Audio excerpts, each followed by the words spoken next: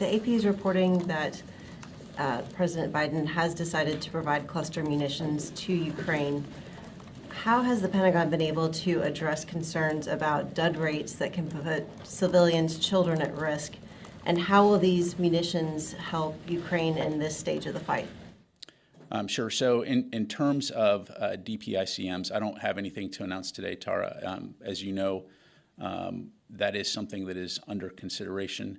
I will say that we have multiple variants of DPICMs in our stocks, and the ones that we are considering providing would not include older variants with dud rates that are higher than 2.35%.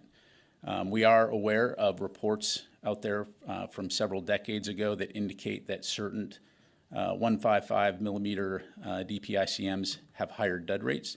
So we would be carefully selecting rounds with lower dud rates for which we have recent testing data. And given that the Secretary is headed to Vilnius soon, what sort of outreach has he had with NATO partners to address their concerns about the use of cluster munitions in this conflict? Again, I don't have anything specific to announce today in terms of DPICMs. If and when the decision is made, certainly we'll provide more information as appropriate. I will say this in terms of our allies and our partners. Unity continues to remain very strong when it comes to supporting Ukraine and providing them with the capabilities that they need to be effective on the battlefield. But has he had any conversations with some of the Ukraine group partners, NATO allies? Yeah, I don't have anything to read out. On cluster munitions, you talked about the dud rate.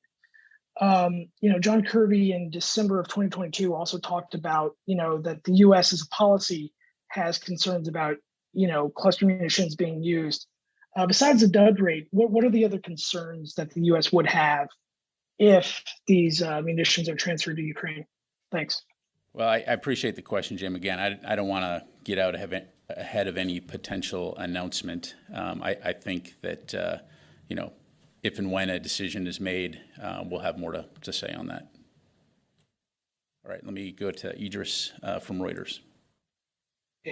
Separate from any decision or non-decision on the cluster munitions, last month, Laura Cooper said that there were issues with congressional restrictions and concerns from allies. Have those concerns been allayed, and have those congressional restrictions been overcome right now? Again, separate from any decision or non-decision, have those hurdles been overcome as we speak today? Yeah, thanks, Idris. And again, not to be obtuse here, but because the DPICMs are under consideration, when and if we have an announcement to make, we'll be able to provide more details in terms of the process to include the coordination on that front. But until a decision has been made and something's been announced, I just don't want to get ahead of that process. All right, let me go back to the room here. Let me go to Fadi and then come over here. Thank you, General. So I'm not going to talk about the decision, but I'm going to talk about the process of consideration of these munitions. When did the Pentagon and the White House, National Security Council start thinking about these as a potential aid for Ukraine? And is this process of consideration related to any difficulties Ukrainians are facing in this counteroffensive? And is it meant, if a decision is made, to help them address some of these difficulties?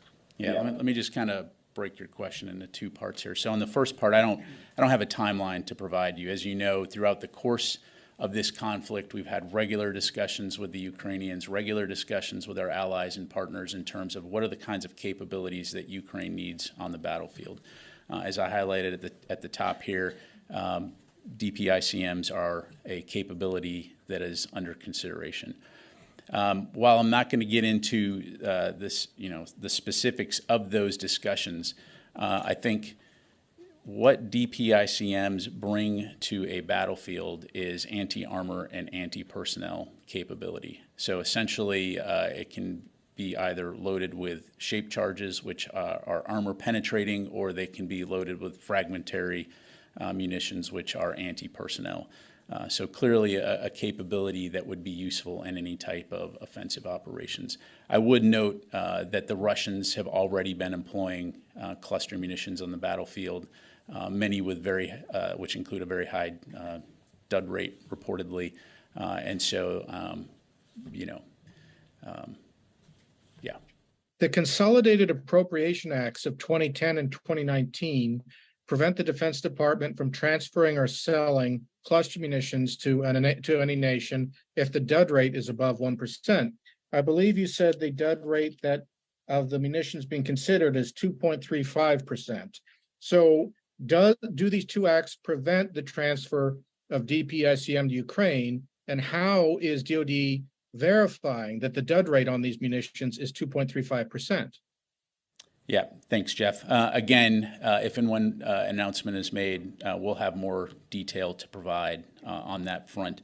As I mentioned before, in the event that we do provide this capability, we would be carefully selecting rounds with low dud rates for which we have recent testing data including as recently as 2020.